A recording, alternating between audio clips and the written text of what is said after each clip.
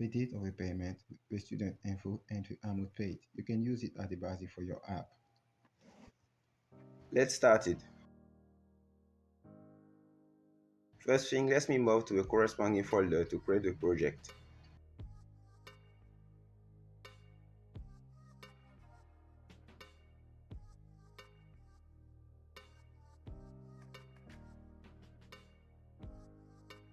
Now let's generate the project with Composer by writing the command composer create project Laravel/Laravel and call it as you want. In my case, I will call it tuition module.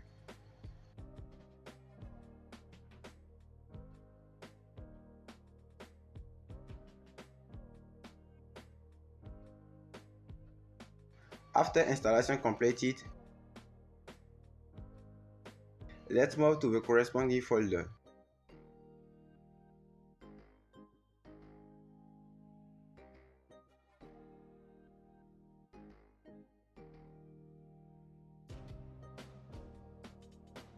Next thing, let's go to start to select a starter kit to use in our app. We want to have a authentication and the complete authentication be already exists. So for this, we will use JetStream with Livewire. So let's first go to JetStream and install it.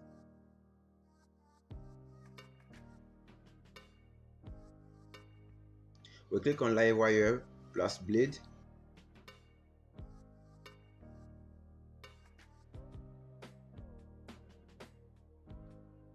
And here we click on installation. And for the installation, we need to run this command in the project folder.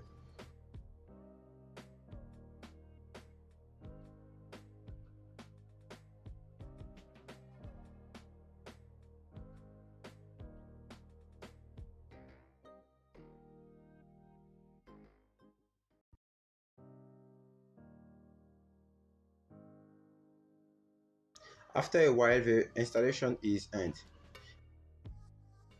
For finalizing the installation, we need to run npm install and npm run dev.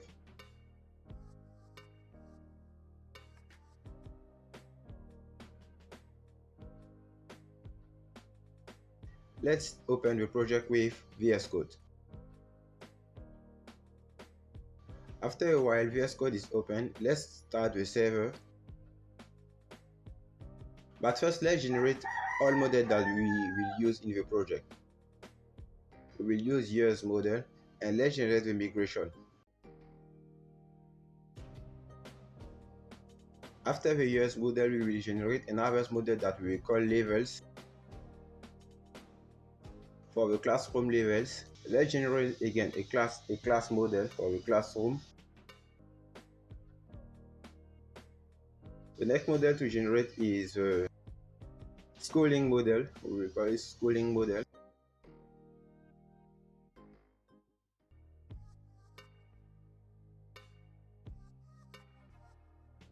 Next is the student model that we will generate.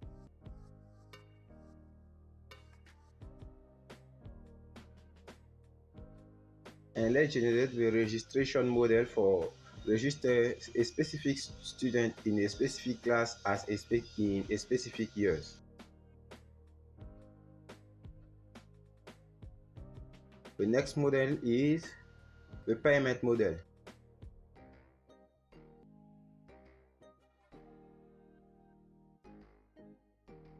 When all models are all generated, let's go to add the column for different model that we create. So let's get started by the first one, the years. For the years, we want to have a string. The string I will call it the label or contain the years label. In example, this years, and let's say that the years have a integer field that we call a active or inactive. It will permit to active a school years or inactive in hours, and we will call it active. Let's say that by default is 0. When 0, it means that the school years is inactive. Let's continue and go to the same thing for the class, but the classroom has a foreign key of a label ID. So let's say foreign ID is label ID, and let's say that it comes from the table labels. And next thing is the student table. For the student, we want to have all basic information like the matricle, the last name, the first name, the sex, the birth. Let's move and let's go to registration. The registration will permit to register a specific student in a specific classroom in a specific years. Let's define the foreign key, and the first key is the years ID. We want to have the years, and after the years, we'll duplicate this to add the class ID.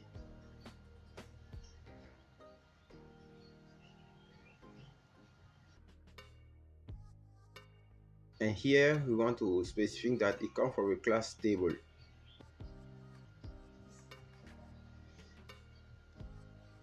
Let's add the student ID here, and let's move to the last one with the payment. Say that we have a table, we have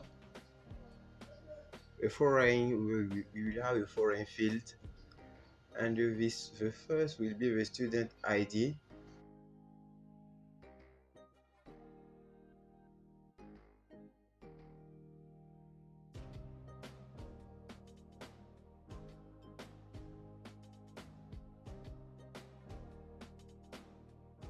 And come from the table student.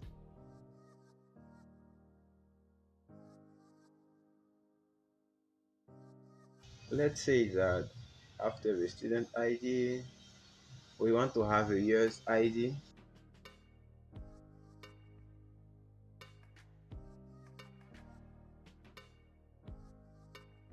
We want to have an integer to get the amount paid by the student.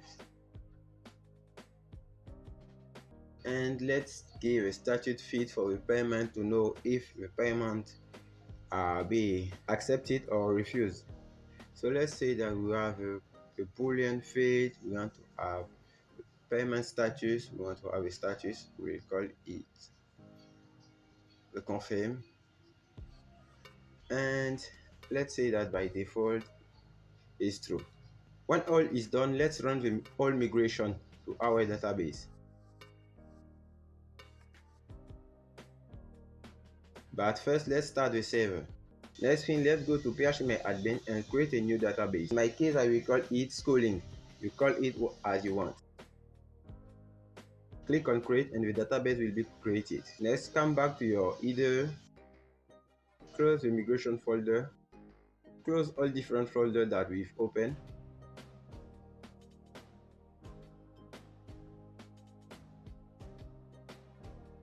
Go to your .env file and change something. Let's start by the app name. In my case, I will call it schooling. Let's go to the database name, remove Laravel and add the database name that you created. In my case, it's schooling. After this, let's say that we want to migrate all database now, all migration now. After a while, you'll notice that all migration are being done without some errors.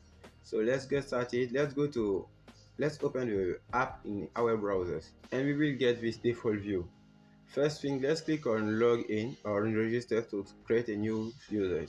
When click on register, we have some error, mix manifest not found. We forget to run something. Let's come back to PowerShell and generate the manifest field by running npm run watch. When completed, we can go back to our website and see that all problems are being fixed.